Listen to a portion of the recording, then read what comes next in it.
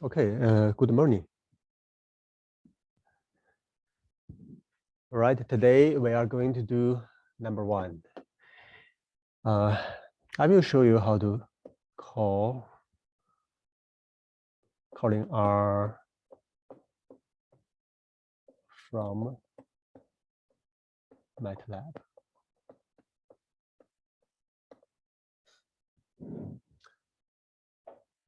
So I will show you an example that we are going to use single cell gene expression analysis tool, which is from MATLAB, to call a R package, which is monocle.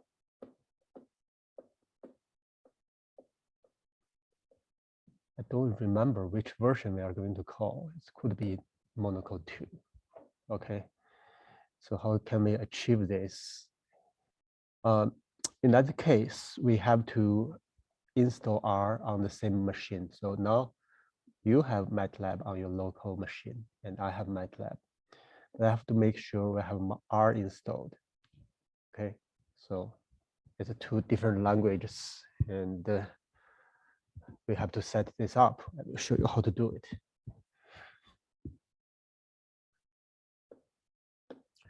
Then we will go through some of the pseudo time analysis options, functions basically.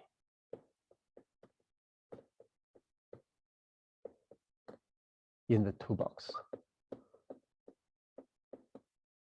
Monocle is just one of them. There are other possibilities you can do.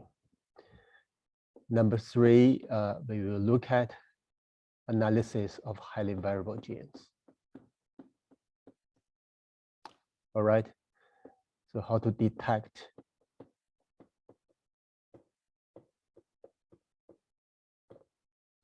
and then how to use once you have the list. Highly variable gene list. Number 4, if we have time, we will talk about the homework. I will show you I use SVM to do classification. Okay, to train the data and use lasso to find the proteins. Protein markers.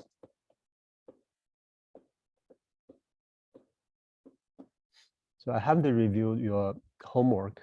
I don't know your homework solutions will be on those tracks, or you have some unique contribution to the analysis of data. I would like to see. Okay, any questions?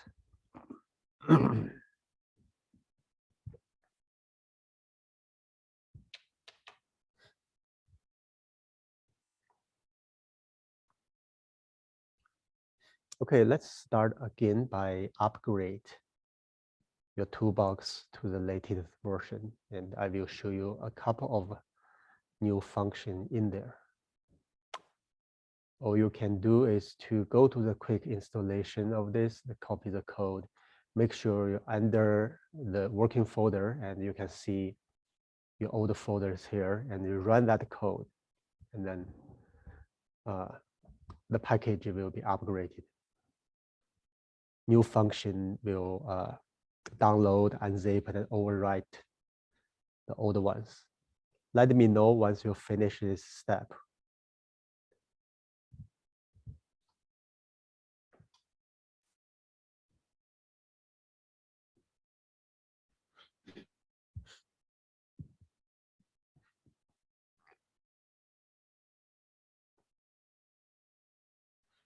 Yeah, give me a signal. Say we are done. We are ready to move on, so I can.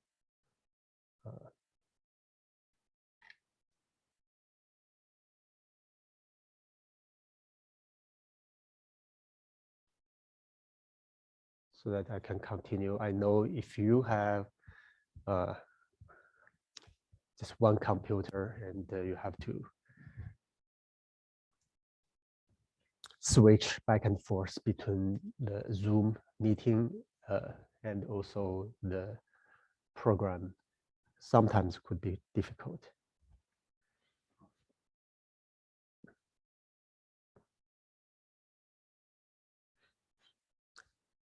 Yeah, oh, I assume that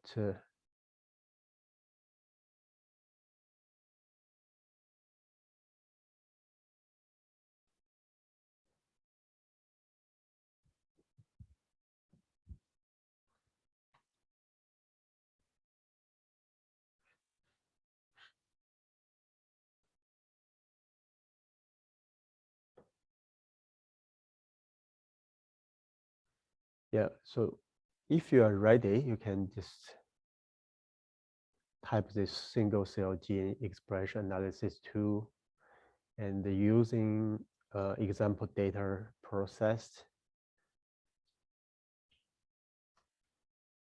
to have this interface. So I show you what's a new function in there.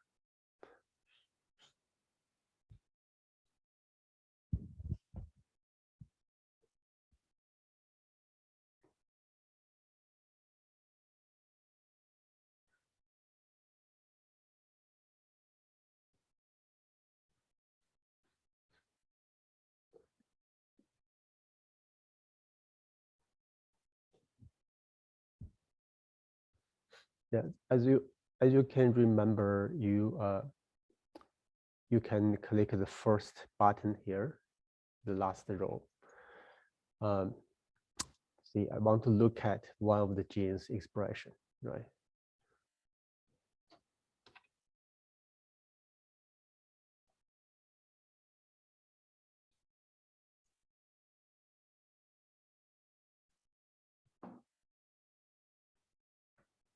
Now yeah. So you know how to bring up this interface, and the first button will allow you to view some genes expression. Do you know this? The new function we currently have is this. You can have this, I click this and you have this color bar to indicate the scales of the color of genes. And also, it's allow you to select different color map. By default, we are using the autumn. And I found someone is like to use turbo to view this. Okay.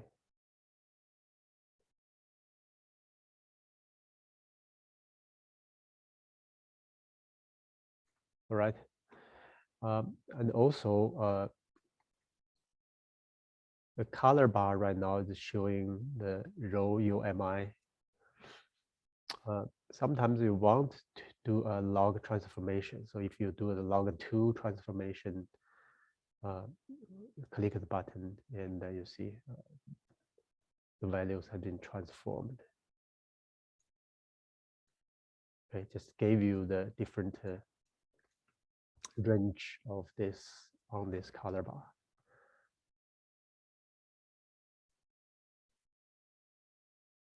Okay, so this is one of the new function.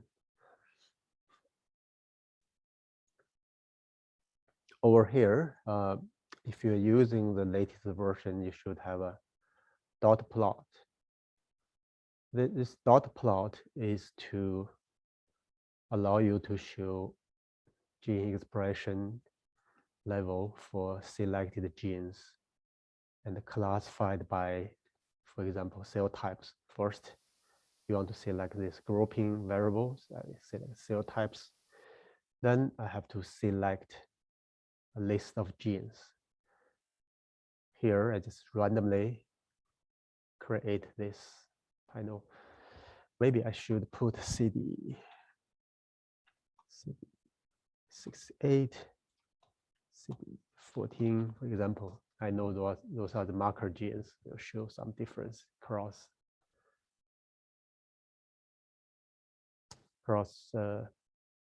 cell type. So you get a picture like this. So how can you read this? The size of this bubble indicate the percentage of cell have this gene expressed. Okay. So basically the value is 1 minus dropout rate. Dropout means the cell for this particular gene expression level is 0.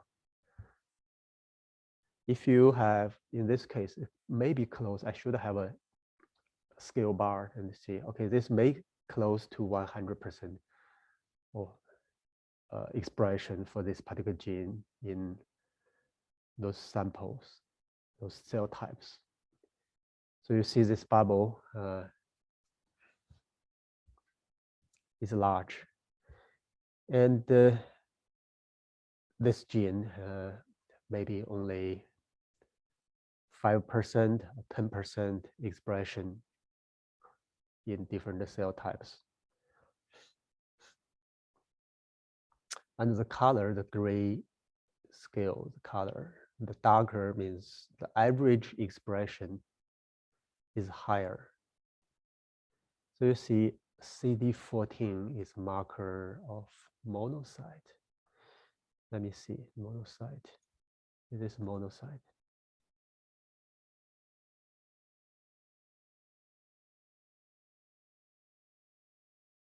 Yeah, so this is a monocyte.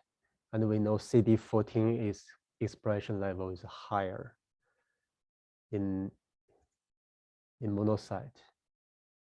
And also CD68. So that's what you see, this bubble is bigger and the color is darker, okay?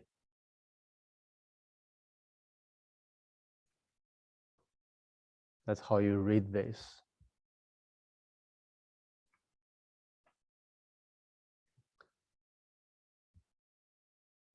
Any questions?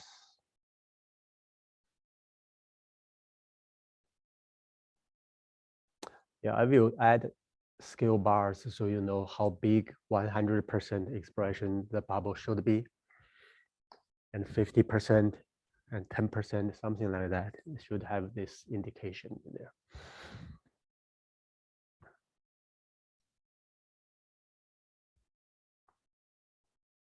Okay, so next we are going to try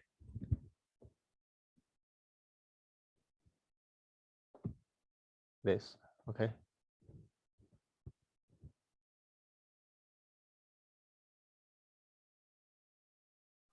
In this menu, you should try, say, external, this menu here, check R running environment.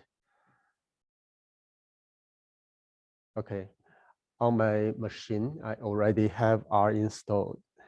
So R executable has been found in this folder. So this suggests that I'm ready to run R-related function calling directly from this interface here. On your machine, you may not have that. If that's the case, I would suggest you to do this R installation. So how can I install R, for example? You should download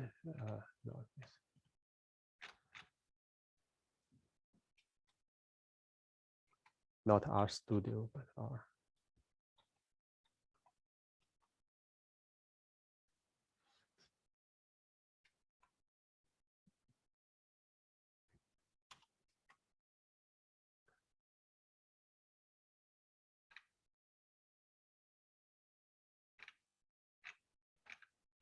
Yeah, you should be able to find information to download.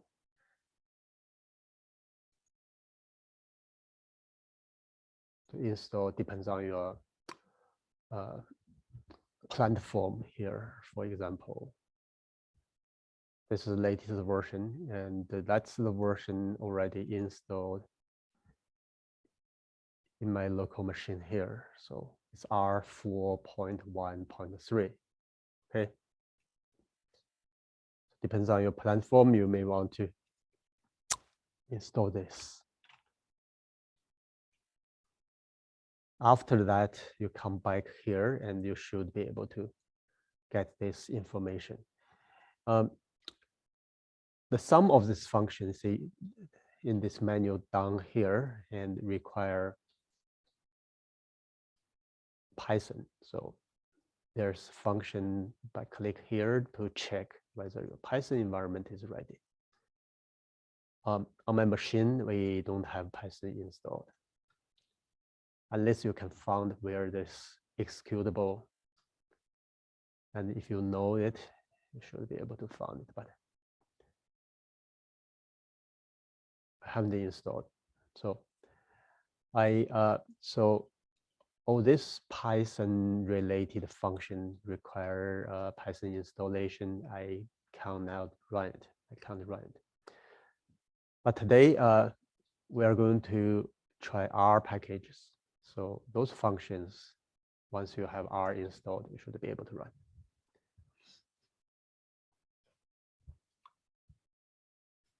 Yeah, so I will give you 3 minutes just in case you want to install R at this time. And then you can come back and to use the pseudo time analysis monocle. Click this button. Yeah, let me know your progress if you need. Well, 2 minutes, I can wait.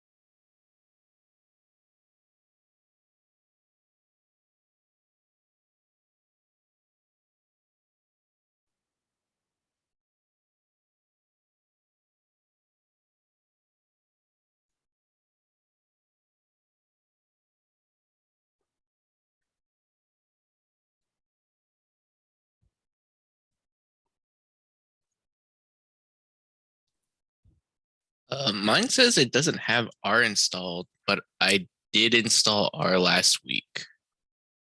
Well, let me think about it. Can you try here whether you can bring up R from Yeah, I'm running it your on my laptop, which is on Mac. on the Mac? Well, I haven't tried. Yeah, but I did just open up RStudio. Okay.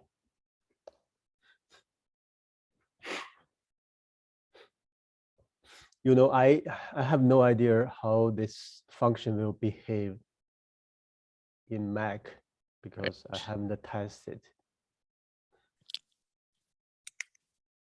But by default, this was designed for Windows machine, and the function will search the program files and then locate installed environment. Maybe we have an issue with the Mac. I think it was working fine for me last week. I did update MATLAB to a 2022A. Oh, which might be an issue. I still have the old 2021B, which I can use instead. it shouldn't matter. I don't know. I'm on PC and I updated to the 2022A as well, and mine is working. So I don't think it's the MATLAB version.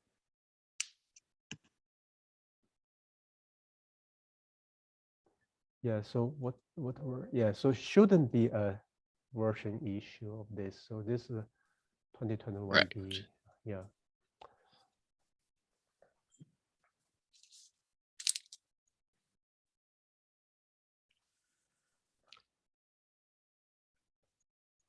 Okay.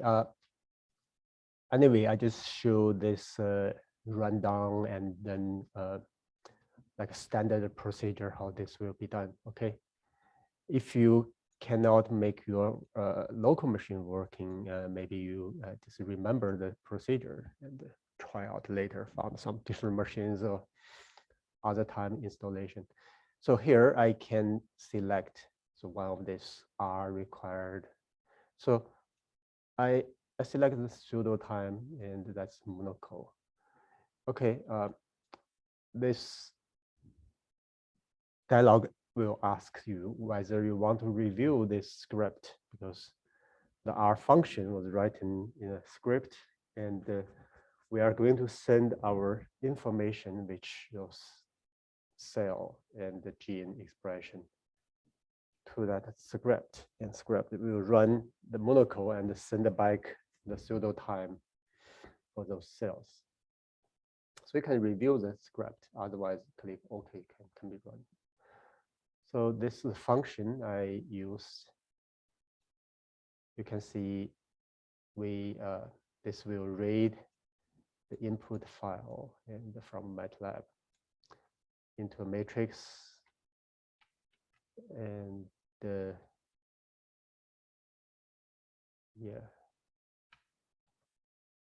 where's the library? So let's load the library of Monaco and then estimation, and then write out. So you see that the Tdr tree they used. So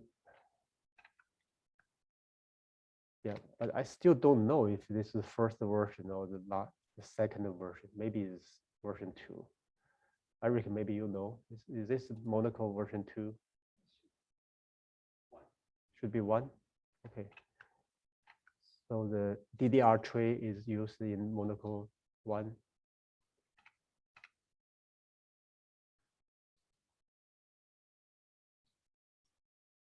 Anyways, the output will be saved here and read back. So that's what we are going to do. That's 2. Now, okay, Tdr tree. So we have confirmed this function. This Monaco is Monaco version 2.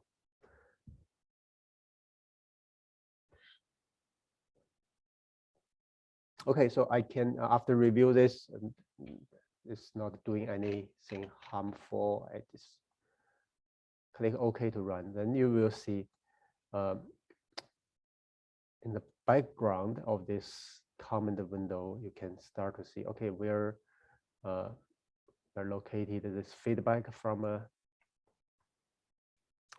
Monaco are running. So it's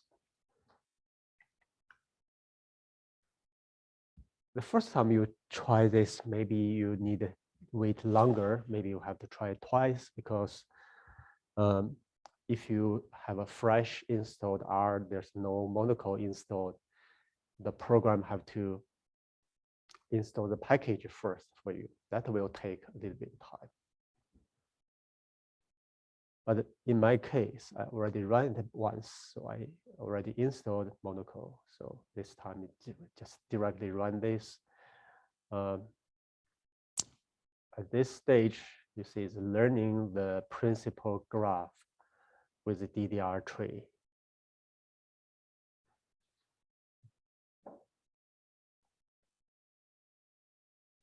So on the surface, you don't see anything. You just see this progress bar is still showing you it's running, and behind the scenes that you have all the output on the screen from a Monaco running at the back in our environment.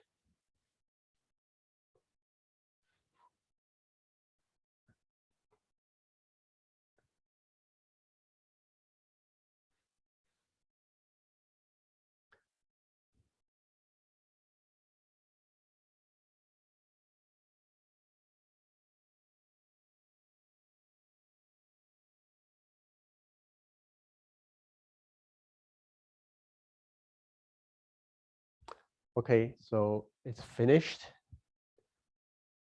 Took me 119 seconds. And it generated two output variables. One is pseudo time, that's t. So I gave a name t underscore mono, so we know it's t is variable compute from a monocle the pseudo time for every cell. And S is another embedding and generated by monocle. So S is there. So I can click save. Okay, these two variables will be saved in the workspace you can use later. Now you have option, you want to view the monocle Tdr tree or not. So this is a Tdr tree. They used to find the trajectory and then move cell and to allow the cell to collapse onto this Tdr tree trajectory. And the values here are the pseudo time, and it assumes the cells start from this end, this early stage, and migrate or differentiate into that end, which order. There are two branches here. Okay. By the way, this example is not good for pseudo-time analysis because these are the human blood immune cells. So from a periphery blood, so this already differentiated. There's no clear relationship between them. So you don't expect to have a very good biological interpretation for any of this transition from one stage to another, because you don't expect you have monocle cells to transform the transit to T cell or B cell. But any input, you can create some tree-like to assign the trajectory, but you still have to know what system you are working on. If you have a stem cell and halfly differentiated and fully differentiated, that will be a good example to do this analysis, but not this case. In this case, I just show you the procedures that you expect to use. Okay, so this is a Tdr tree. We have monocle, the T, that's the pseudo time for all the cells. Okay, in the system, we have, in this data, we have 2,509 cells. So this monocle time for each individual cell. Okay, come back to here because this already in the workspace, and you can superimpose the values of this T onto this picture here. So what I can do is to select to view cell states, and because this variable is in the because the monocle pseudo time have already been compute, so you have this selection to show this. Otherwise, you can see I want to use customized cell, then you can select this variable. So same thing. So you can either click here or just select the customized variable. So here allow you to select this variable and name it. So now we show the values of T underscore mono, this variable values for all the cells.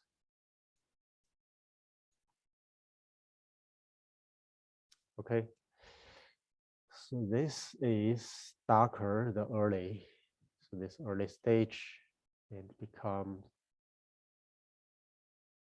later stage is this group. So that's the projection of pseudo time values onto the cells.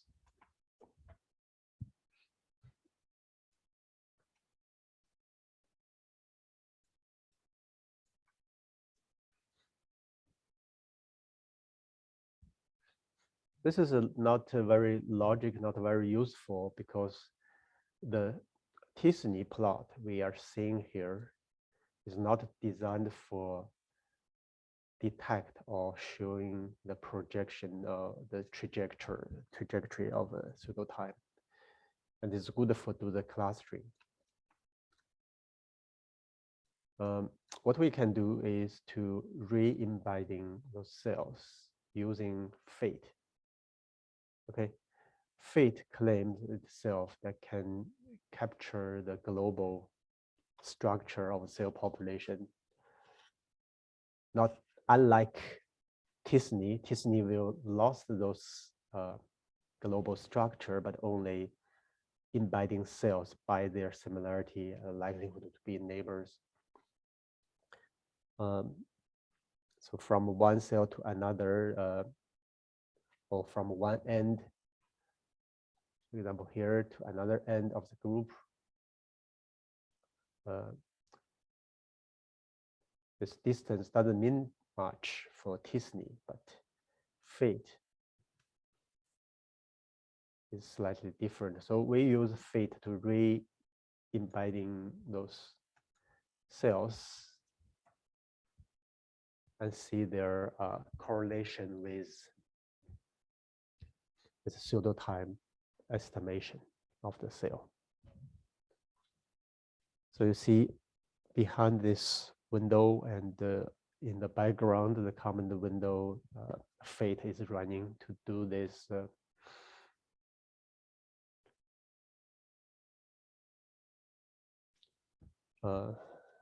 global embedding. Okay.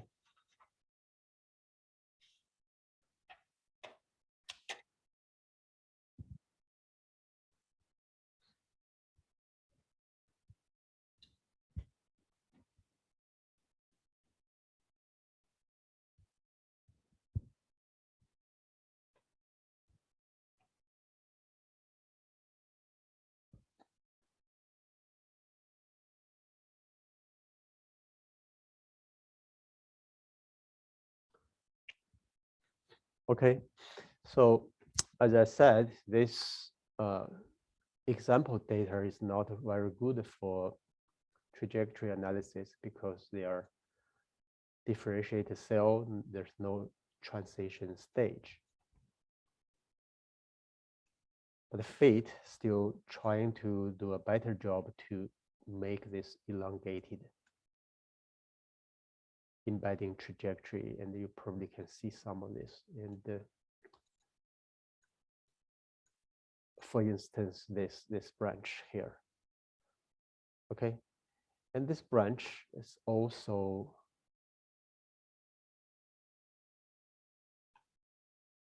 looks like it's consistent with the prediction of pseudo time. You can see one end is yellower and then the greener. Yellow, green. Greens indicate smaller pseudo time, so the early stage to that direction. So some kind of gradients you can see from trajectory made by this fate.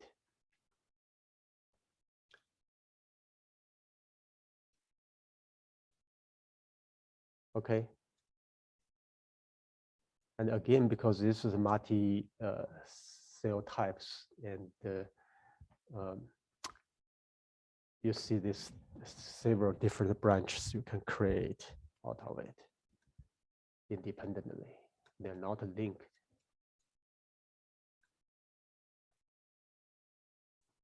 So any questions so far?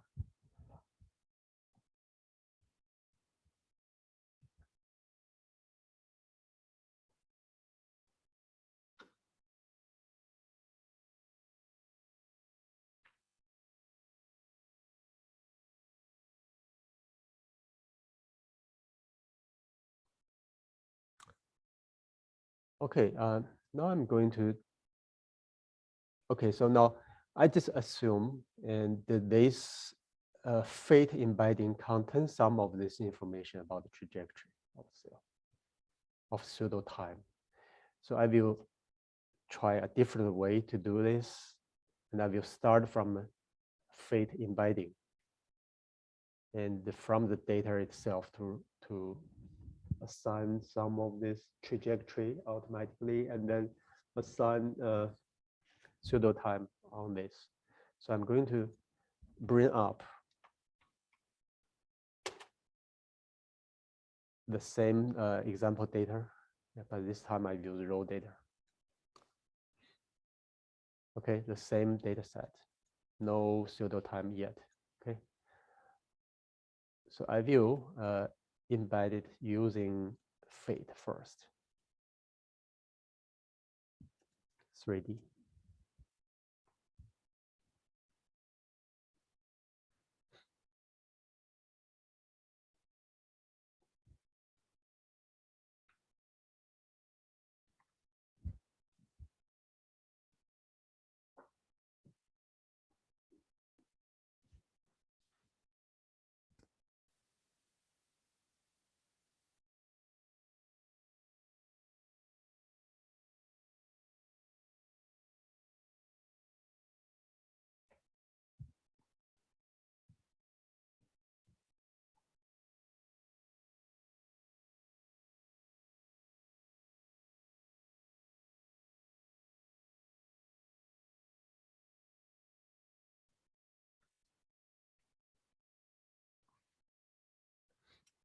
Okay, the assumption for this is the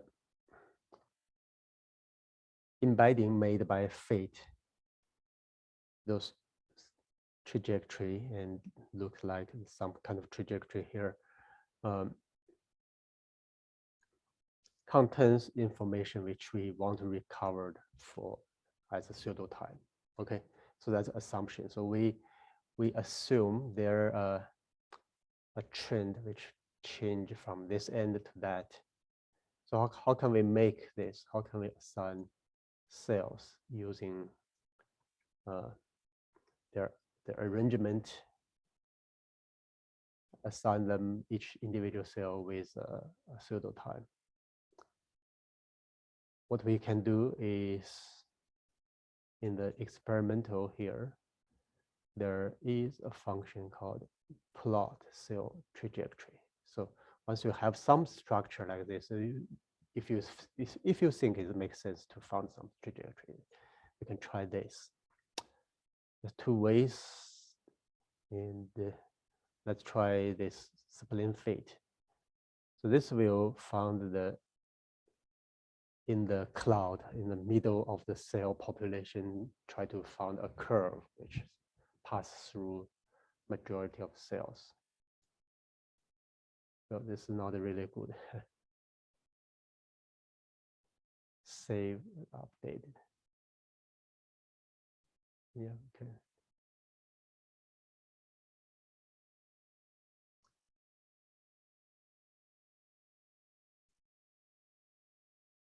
Yeah, so look this trajectory. Try to start from somewhere, and then move along through this trajectory and try to jump from this end to here. And this data is not really good for this purpose because we don't have a continuous transition. You have some jump and confuse analysis.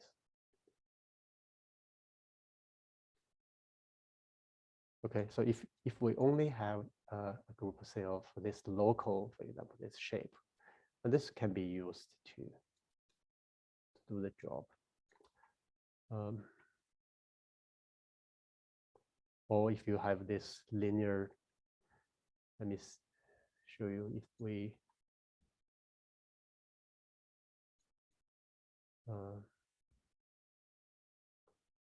yeah, I don't know how to reset. So for instance, if I only have a cell population like this, I'll select those cells, okay, extract them.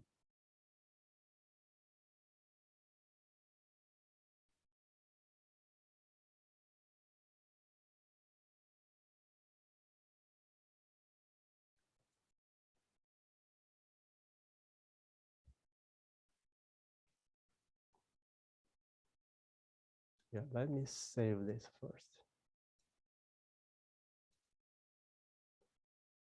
So for example, if I extract only those cells, what I can do is to delete unselect cells. So now I have this very clear trajectory like shape. And I can do this. Then you assign all the cells to along this trajectory, then you have pseudo time for the cells. Okay.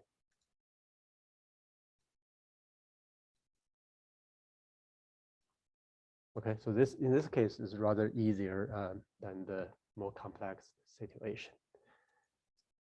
Let me load back my CE. This I want to try this principal curve method, see whether it gives better solution for this complex situation.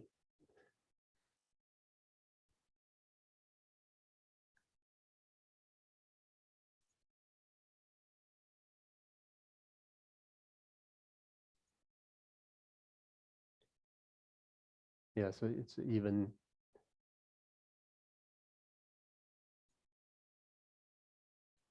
It doesn't make much sense right now because the shape. Okay, anyway, so you get the idea. So if you have a informative embedding of cells, you want to recover and follow some of the potential trajectory, and there you can use this to rebuild trajectory and assume they are once the cell collapse onto the trajectory, and there's some kind of pseudo time you can use. Okay.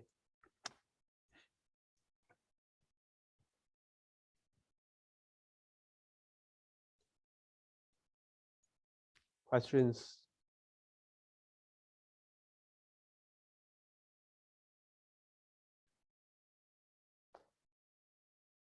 So this are just, they're not the full set of function. I only explained to you half of this function in the toolbox. What I will show you next is, if you look at one of these demonstration script.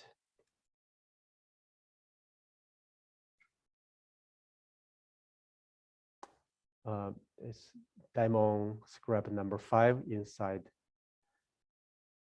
the main folder here.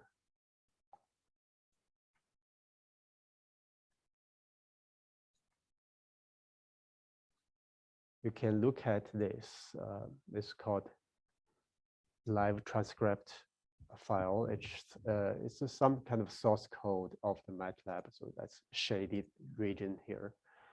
But also there are rich text format to give annotation. For example, I have a title, I have subtitle here, and this section is load the example data. So what you can do is right click, just double click this, and this section will execute, and the result will put on the right panel here. So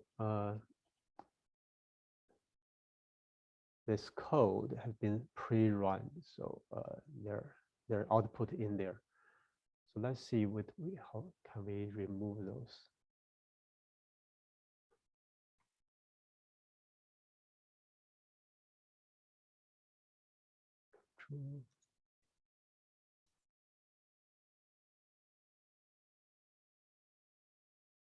Yeah, so right now I can see I want to clean all the output. So I'm making this output panel clean. And then now I can run first, click this, and load example data. This include X and the gene list. X is an expression matrix. And then I move to another block here, and click again. This will select some genes to make the matrix smaller. Okay.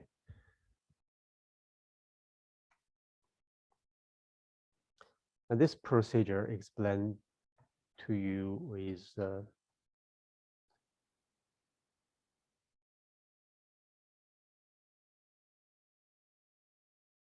run fit. Okay, let me see. It's working. It shouldn't work.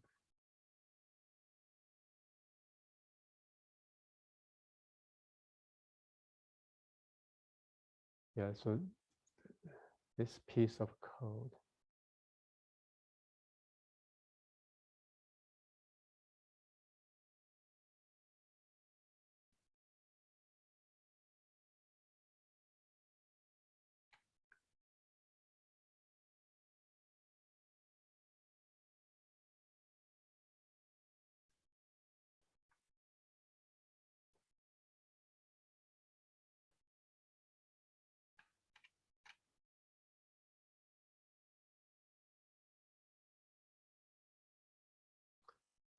So this function will do what I just described here. Use a fit to do the embedding, then use a sibling fit, the curve. And then at the end, it will show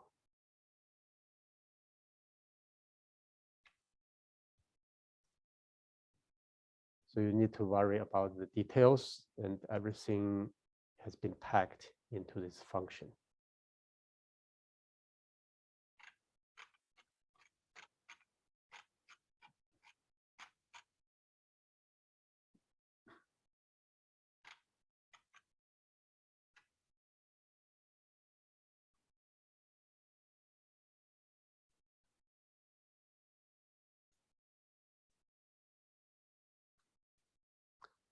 Yeah, so the embedding gave you a shape like this. It's also not really good. The curve you can see is inside this. Try to loop through the majority of cells by their density. Then assign a T, which T is here. Now with the T, you can start to look at, see which gene express level change along the time. So this function will help you to identify those genes.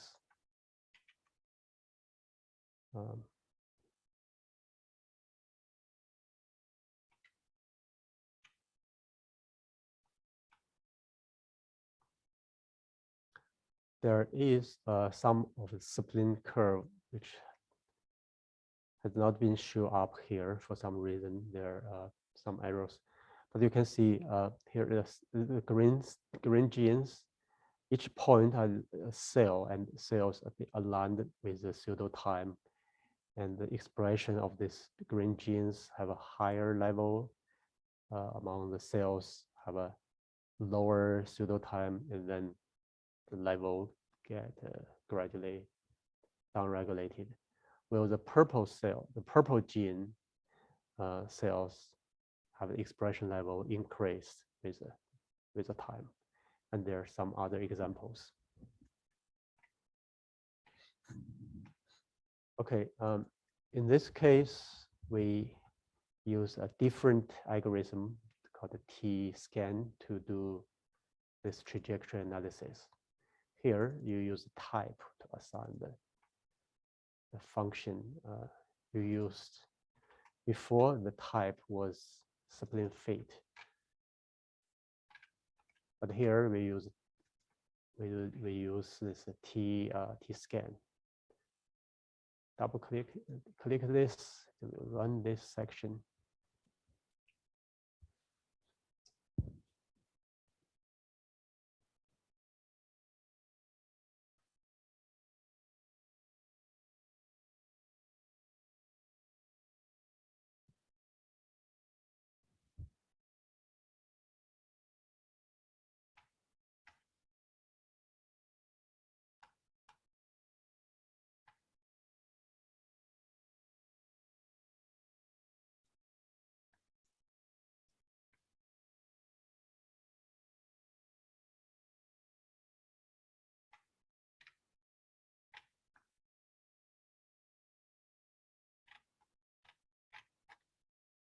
Yeah, it looks like we have some kind of issues here, and when we try to plot this.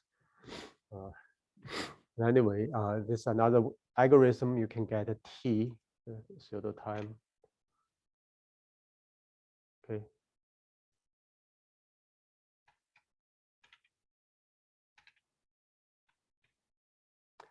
The next section is the construction of a gene regulatory network. We haven't covered it during the lecture yet, but you can write in the same way. You want to try.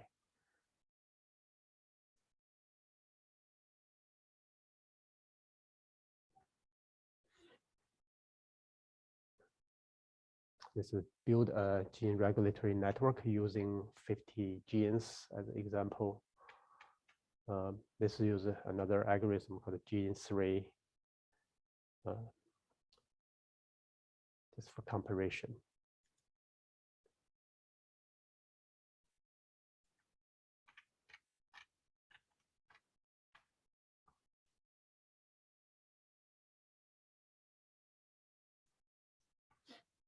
Okay, that's basically what I want to share with you about this pseudo time function in MATLAB here.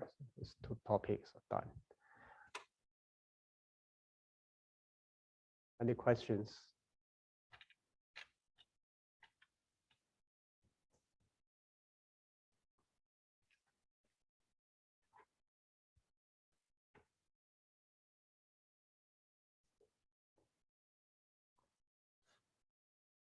Okay, we can take a 5 minutes break, come back at 11.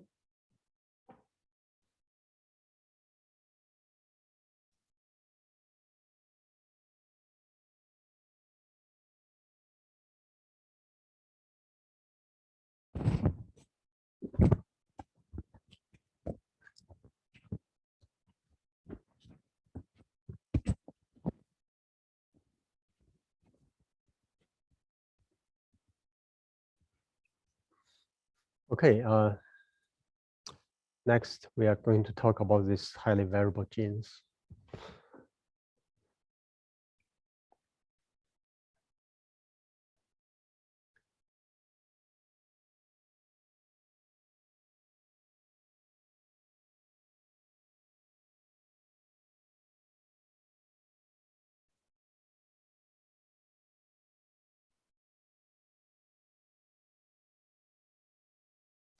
So highly variable genes.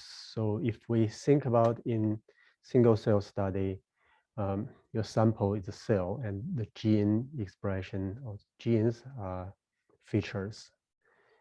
So we can consider this as a feature selection, and you want to use highly variable gene to characterize cells, okay, either cell population or for clustering analysis or for cell type identification. You use those cell highly variable cell genes as a feature. So in demonstration script number 2, we have some examples.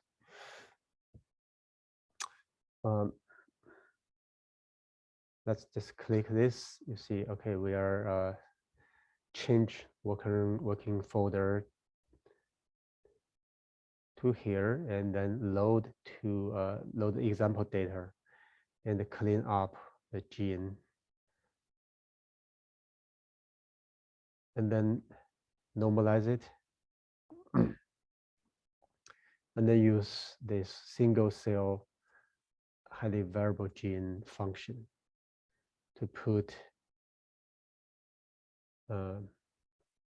expression on the gene list. It gives this figure is a scatter plot between gene expression mean and the CV coefficient of variance squared, and plot them into a log-log scatter plot, and each gene is a blue point here. you can actually click on those genes.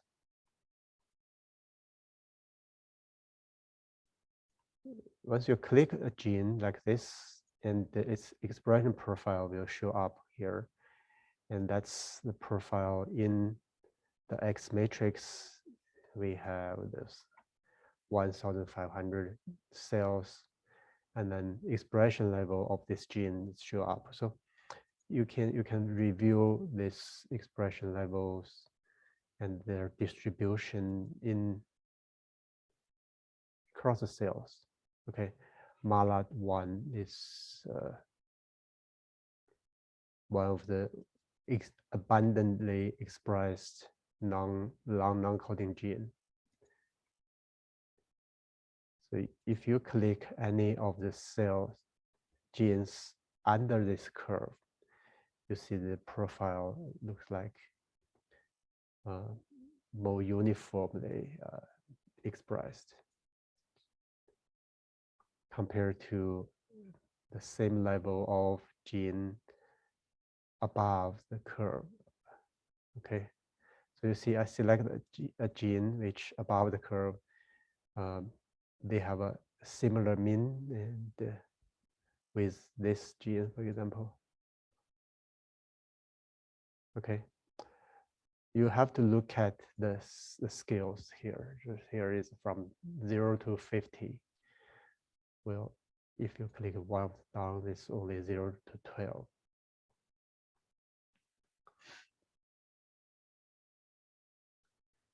Okay, so this function gives you a feedback, the output of T. T is a table. This table gave you the name of genes and its average expression, its squared CV, and the residual CV computed by the difference between observed CV squared minus the expected by regression curve this. And the genes was ordered by this residual CV, the larger residual CV gene was ranged on the top of the list. And there's some of these statistics to show you, okay, at a certain level, you have false discovery rate, and you want to set up a cutoff, and then you detect highly variable genes, which have a smaller false discovery rate. Okay, so here we just show top 10.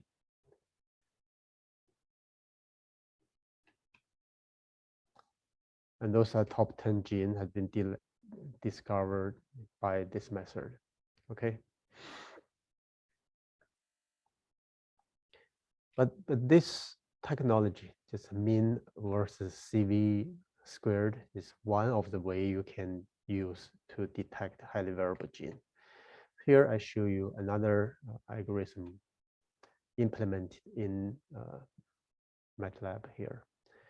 So the idea is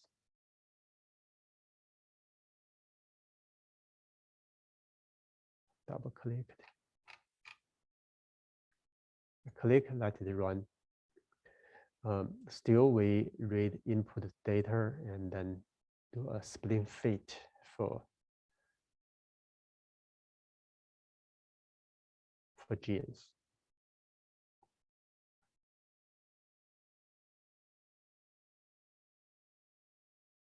Look at this algorithm found a different set of top 10.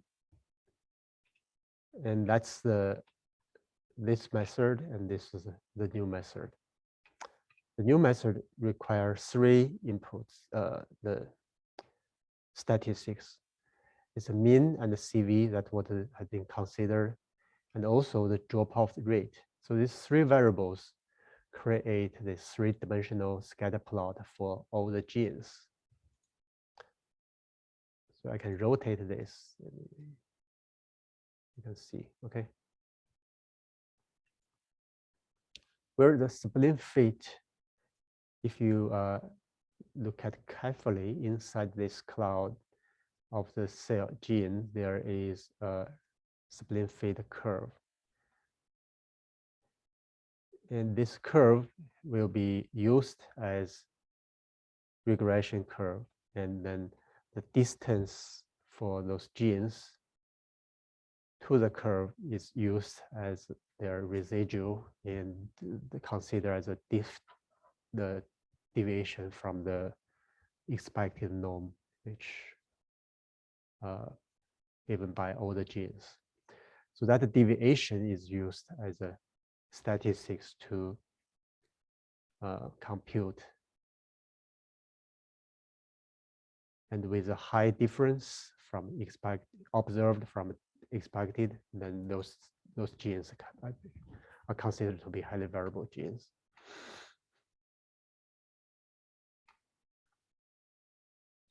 This technique can be used to compare two data sets. So if you have a gene in data set 1 is highly variable gene, in data set 2 is not, then the difference will give you the information about the about which gene has been switched from one highly variable to non-highly variable or other way around. So those will be useful to do this. So here we have two data sets, 1 and 2, and then the difference, the most different gene has been identified. So those are the change.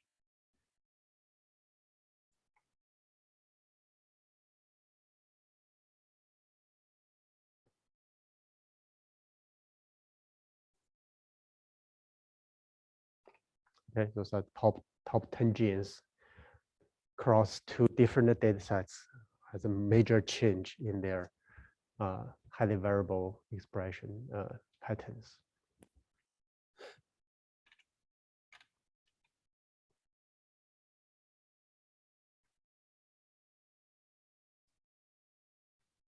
Okay, next I'm going to show you two papers talking about highly variable gene detection. And then we will see how can we use the interface to detect highly variable genes without using this script.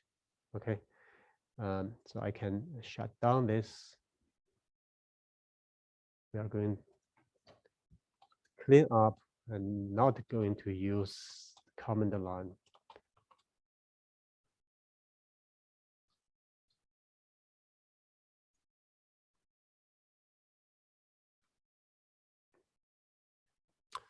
The first paper I want to show you is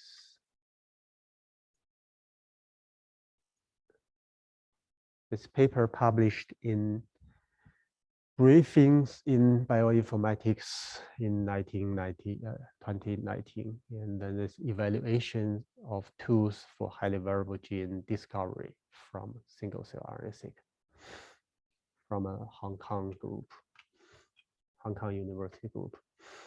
Okay, they compared different algorithms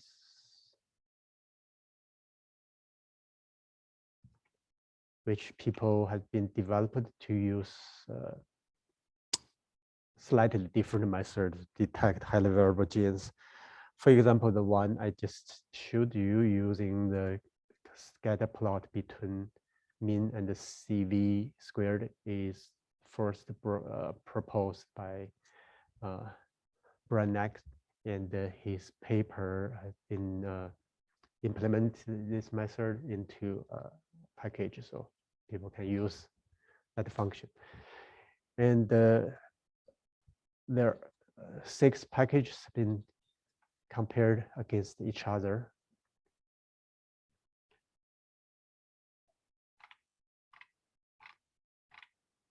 Okay, so you just run this 6 packages on the same data set and just compare, see whether the output highly variable gene detected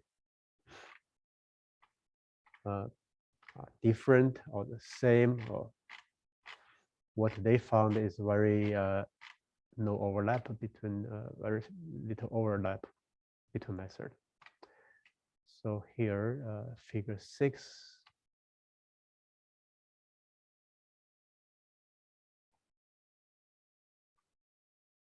So this Venn diagram, and if you include all the methods, there are only two which are shared by all the methods.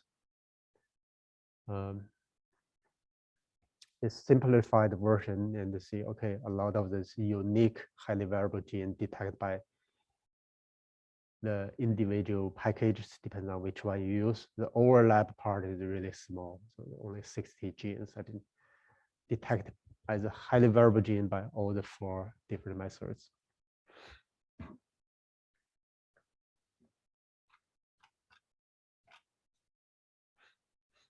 Okay, basically this tells you the methods like this we showed you before. So this kind of technology seems not so, although based on the same idea here, or just use different variance estimation, and the treatment of the data are slightly different. You get quite a different output. Okay, so this is a different paper published 2021 in the same journal, Briefings in Bioinformatics. So those authors compare the methodologies instead of packages. They say, okay, so select gene features. Basically, that's a highly variable gene detection. Okay. So they compared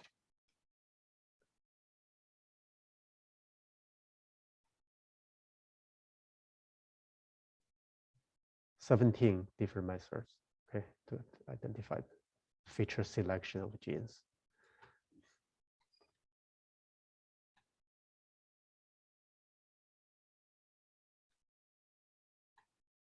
What's that?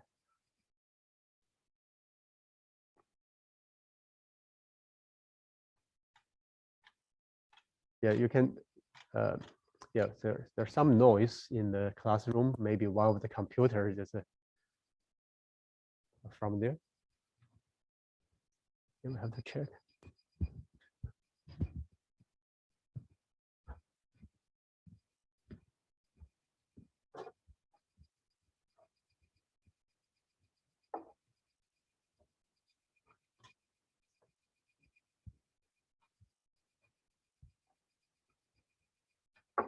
It's locked.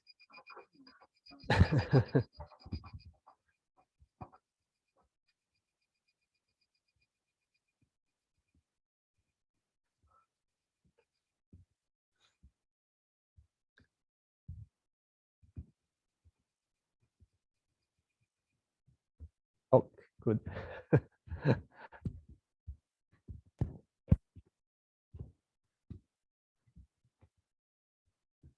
Okay, problem solved.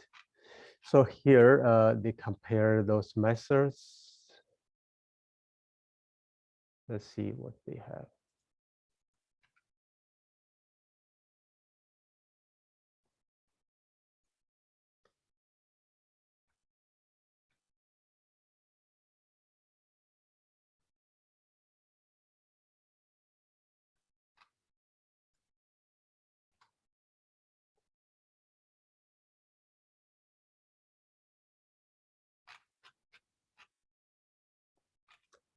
Yeah, by the way, they test this selection, whether feature selection method is good or not. So they compare the without gene selection, without select highly variable genes. Here, they select, and then you have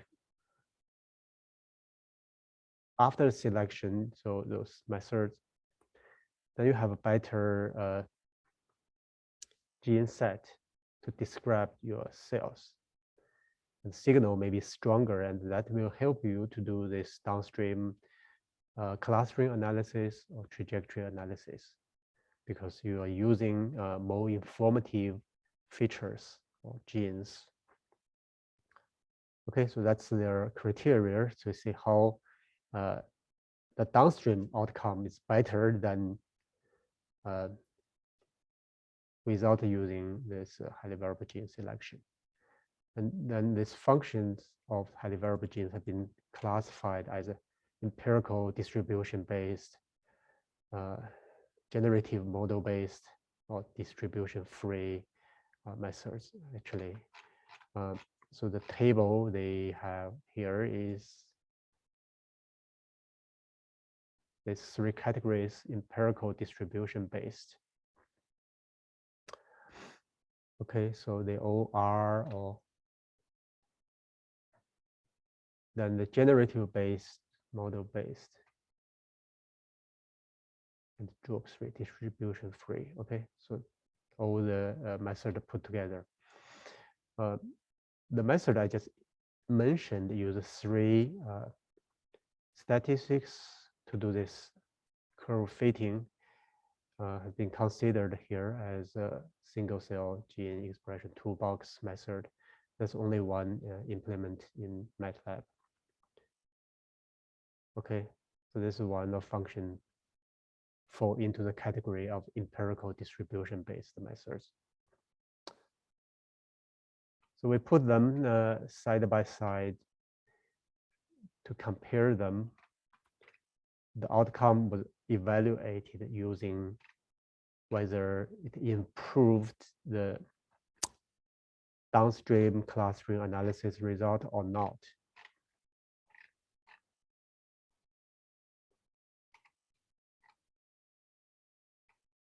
They have a small paragraph description of each line, each package, each method.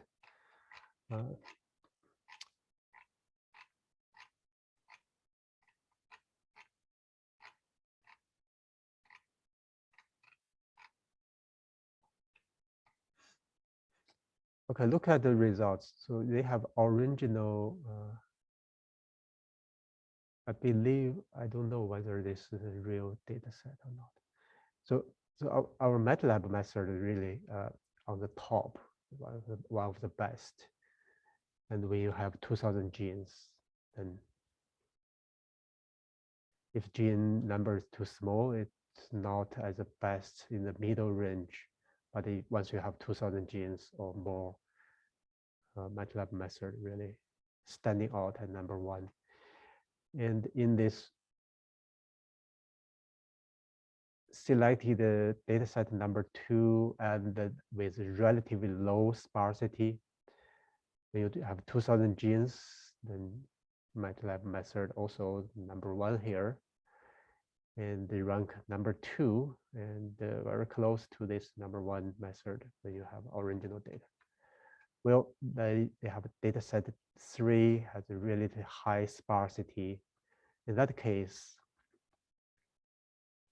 MATLAB method rank number 4 here. So overall, if you have relatively high quality data, okay, and use enough genes, you get really good results. Use MATLAB method.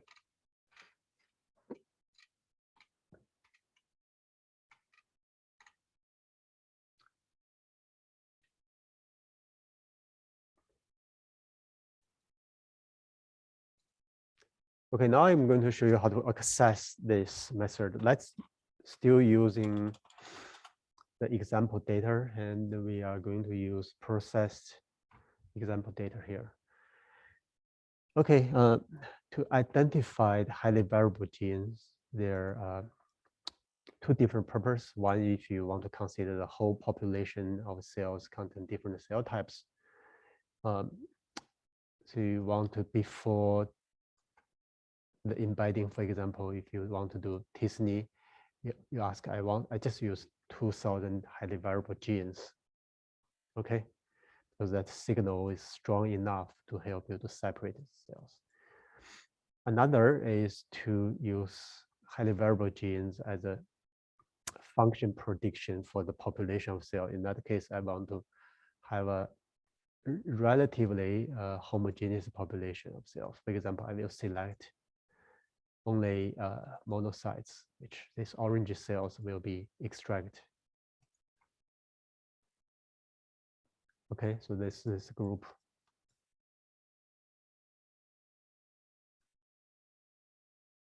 Okay, so in this case, I'm going to run highly variable gene selection from this population of cells.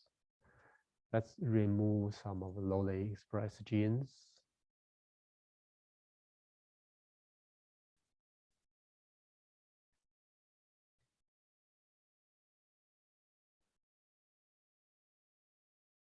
Okay, now what we can do is to click this button here. So this function,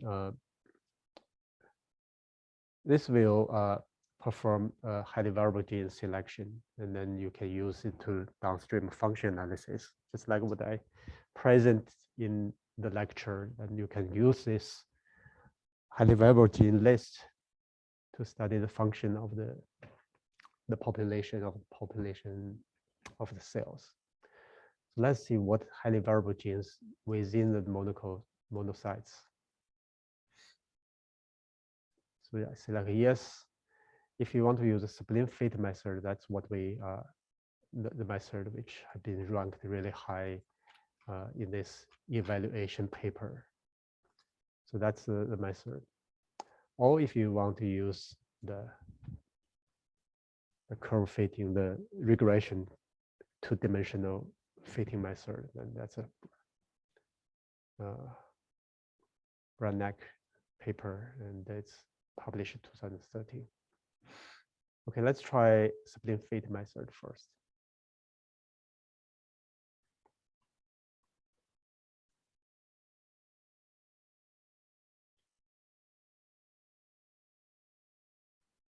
And there's some problem with the lowly expressed gene treatment here. But anyway, so this is a curve fitting, and you can see the orange curve inside here. So that each point is a gene. So the gene far away from the curve are considered to be highly variable genes. Okay, so what you can do is to select, say I want to select top 50 genes. Those will be selected. In this case is not really good because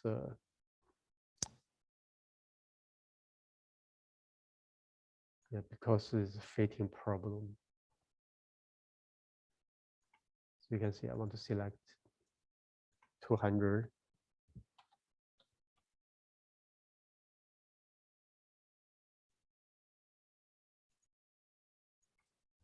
100. There's 100 highly variable genes to be marked. There's some bias, I believe, in this position here. Then you can export those genes into this list here, so you are ready to do analysis with those genes. Okay, once you have those genes, you can run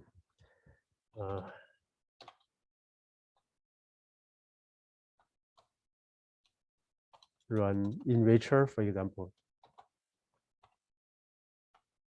with this list of genes. This will give you web interface to send those genes to enricher, and you get enriched pathway or function you have.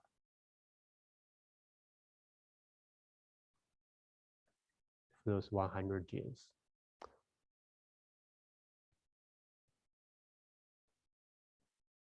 The gene ontology indicate some of this T cell receptor signaling.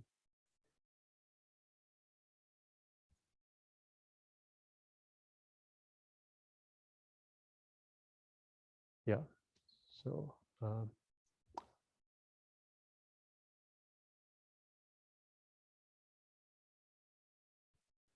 yeah, antigen signaling. So this makes sense because monocytes are supposed to have those functions. Okay.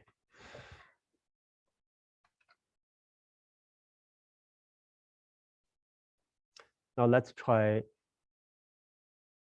another method, which is to use Branek and save the output to a table. and then you can run GC analysis here using R package. I don't know whether I can successfully run this.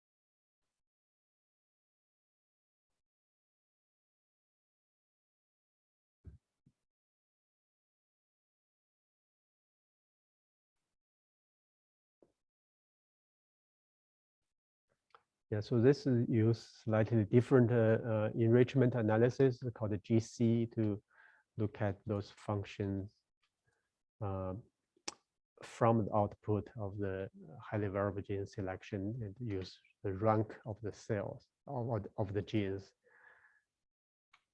to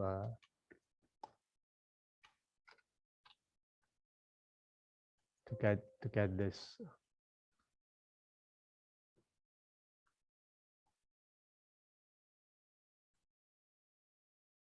Okay, so the highly variable gene list is here, I believe, in T3.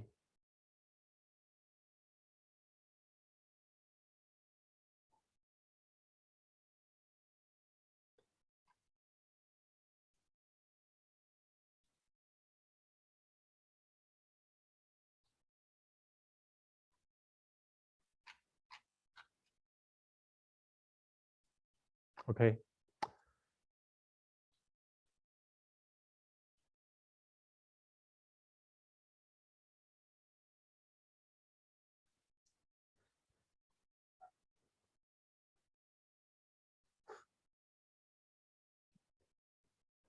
All right, I showed you how to use command line and also through the interface and two methods. Okay, use 3D Sibling fit or use ReactNet 2013 papers method. Okay, and also showed you how to, once you have a list of highly variable genes, how can you do the enrichment analysis?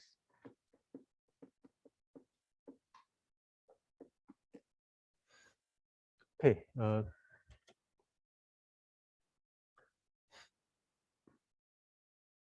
Any questions?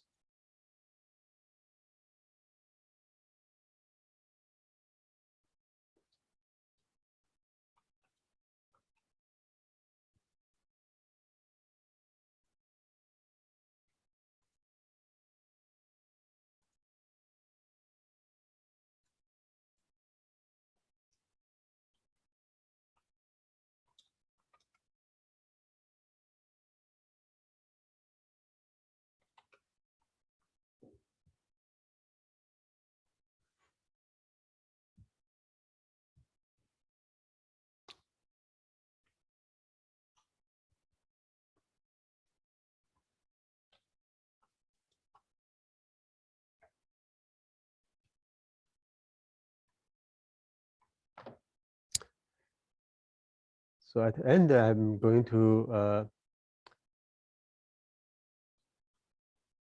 discuss this homework solutions.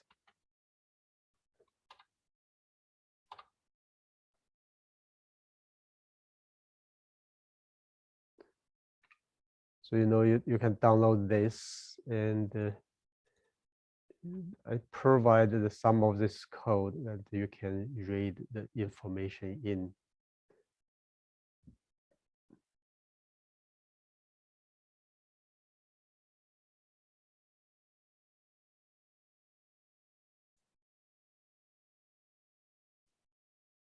So I just reuse the code I have here. So I have this download Excel sheet already here. So I read that in, and also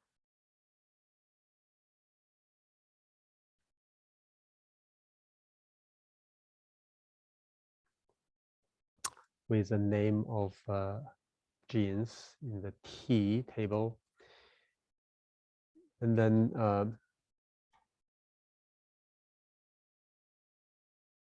from the read in the table, I extract the X is the sample and their protein concentration in the sample. And the Y is the category, whether they are control or patient or at a different level of severity. So with this X matrix,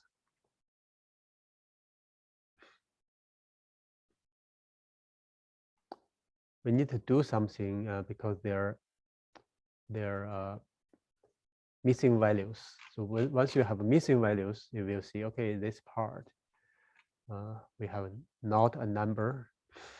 Some of these columns just have too many of not a number, so we should remove those columns. So what I did is not a number on. This will return logical matrix with indication of whether indication of whether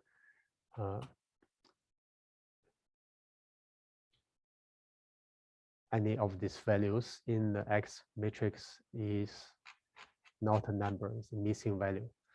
So then I did a sum of this IDC and then indicate the number of missing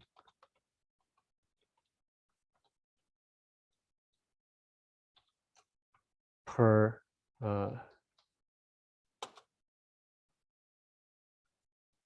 marker per protein. So you see some of this have a 105 missing. So your total sample is 105. That means this particular column is completely missing. So this position, yeah, it's 9,000 somewhere. So this matrix, when you have 9,600 position, there are a lot of missing values in there. So for example, this column is almost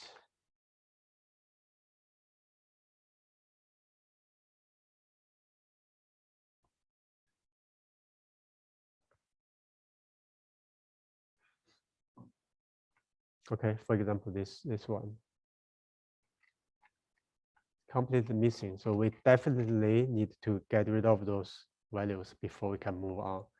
So what we can do here is to look at the missing value distribution and set up a cutoff. So I will have a histogram for this. So here, the missing value. So if I set up as 20, and I can get rid of those columns, but I still have a lot. I can set up, see,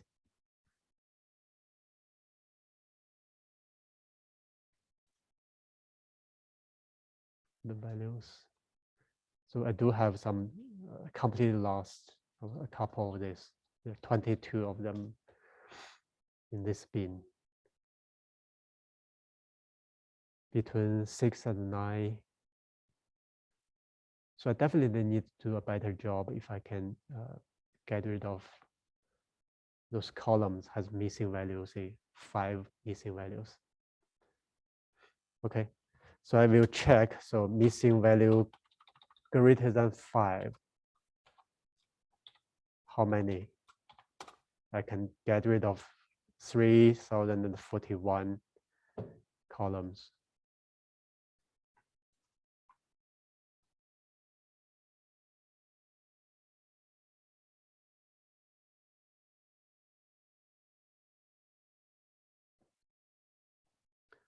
If I choose 15, then I get rid of 2,009, 300. So we have to set up some kind of cutoff. So I say, okay, 20 probably okay.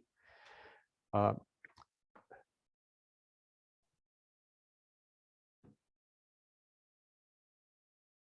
that's why in this case, I set up as a 10. So I only keep the variables across the sample only have less than 10 missing value. So I can do this.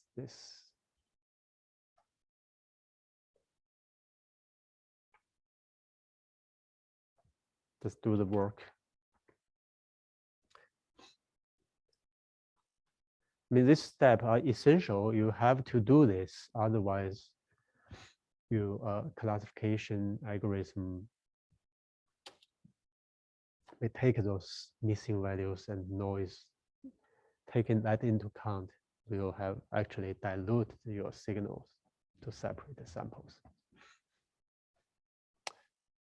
Okay, so now I get rid of those columns contain too many missing values.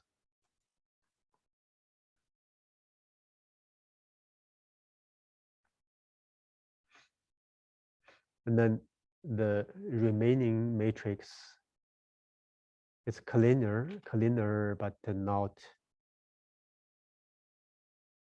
not yet ideal, because many algorithm cannot take missing values into account. So what I did next is to do this imputation. I couldn't find a very good function in MATLAB to do the imputation.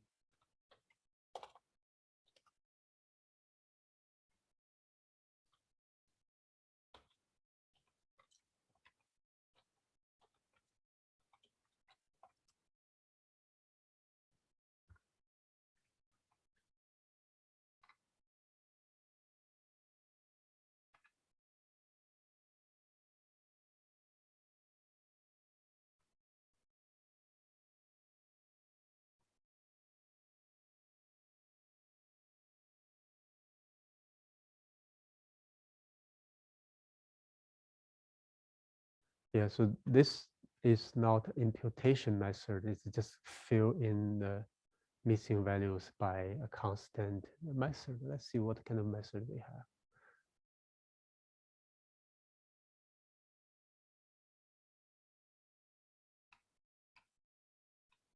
Yeah, so if you use this naive method, it's previous. It's just if you have this position have not a number, then they will fill with a 3, because before that is a 3. This was 4. So this is not a good. So those just filling values, and let's see. Filling values use linear sampler.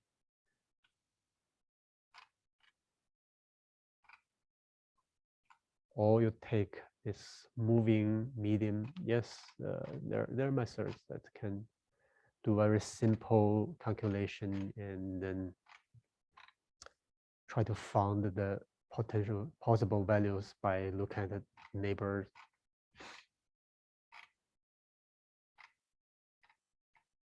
Okay, so those are the methods you can use.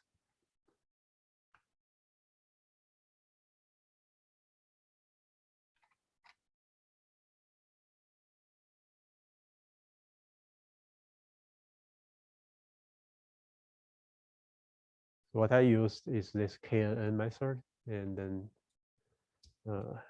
look at the nearest neighbor. That in this way, you impute your X matrix. Now there's no missing values in there. At this moment, you can use classifier learner.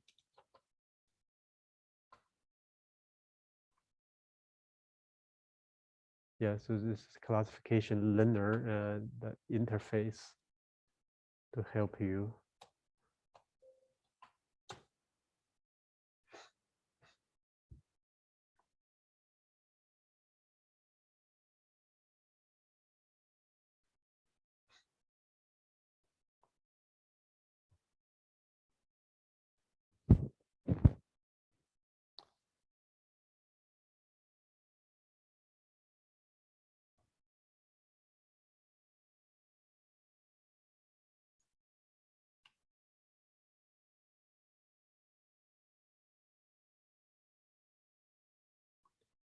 Yeah, we have run this before.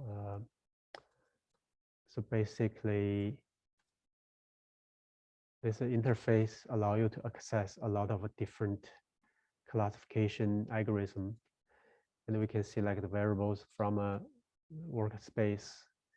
The X has been prepared, so I can select input as X.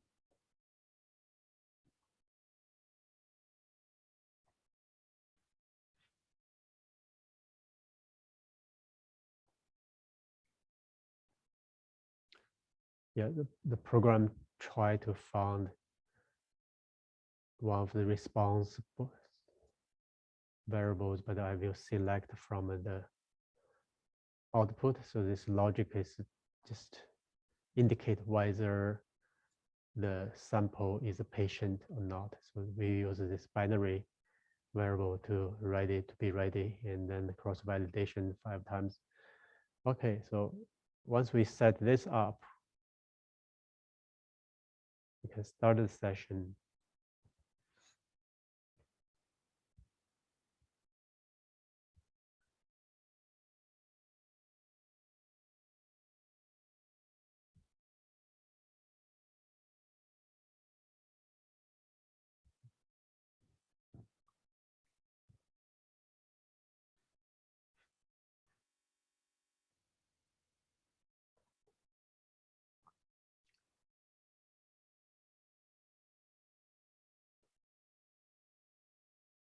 Okay, I train the model using SVM method.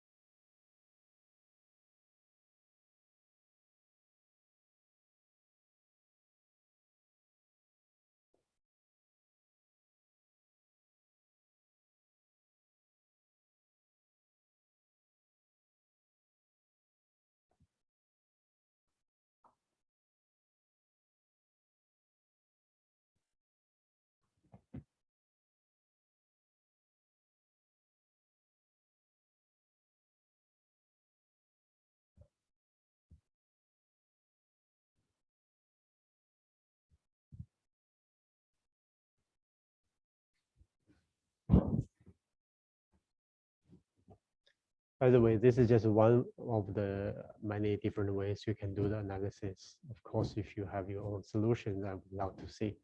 I haven't looked at your submission of your homework yet.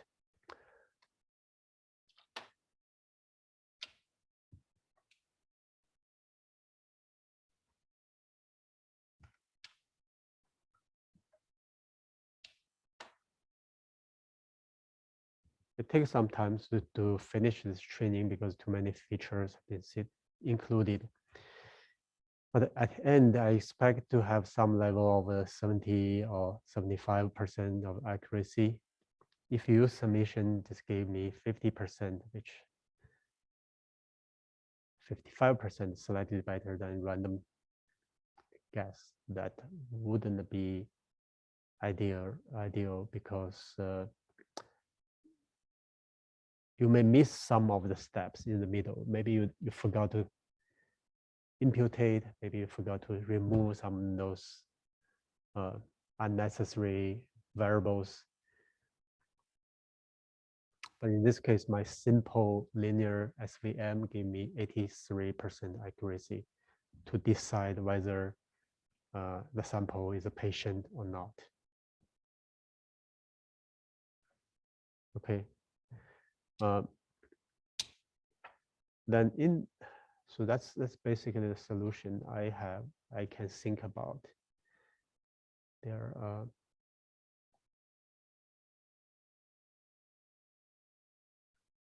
let me see whether we have.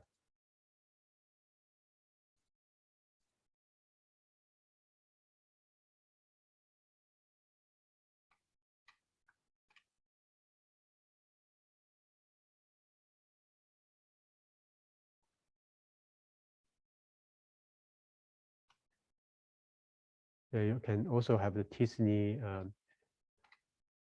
to look at the relationship between samples. Again, this requires you have an imputated matrix. So some of this technology you should know how to use and through the class. Okay, I won't wait until this training finished, but the quadratic SVM give me 86% of accuracy.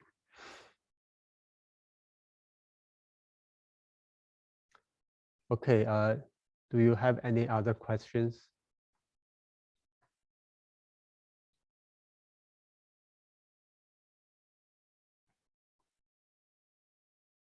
Okay, if not, I will see you next week. Have a good weekend.